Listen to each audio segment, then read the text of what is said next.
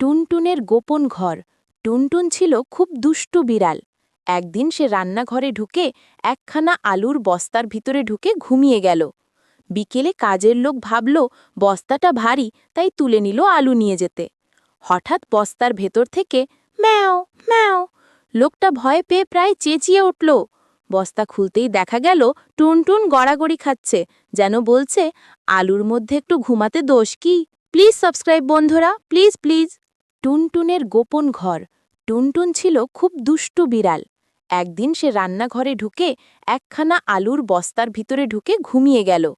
বিকেলে কাজের লোক ভাবল বস্তাটা ভারী, তাই তুলে নিল আলু নিয়ে যেতে।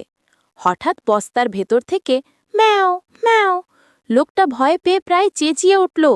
বস্তা খুলতেই দেখা গেল টুনটুন গড়াগড়ি খাচ্ছে, যেন বলছে, আলুর মধ্যে একটু ঘুমাতে দোষ কি? প্লিজ সাবস্ক্রাইব বন্ধুরা, প্লিজ প্লিজ। টুনটুনের গোপন ঘর। টুনটুন ছিল খুব দুষ্টু বিড়াল। একদিন সে রান্নাঘরে ঢুকে একখানা আলুর বস্তার ভিতরে ঢুকে ঘুমিয়ে গেল। বিকেলে কাজের লোক ভাবল বস্তাটা ভারী, তাই তুলে নিল আলু নিয়ে যেতে।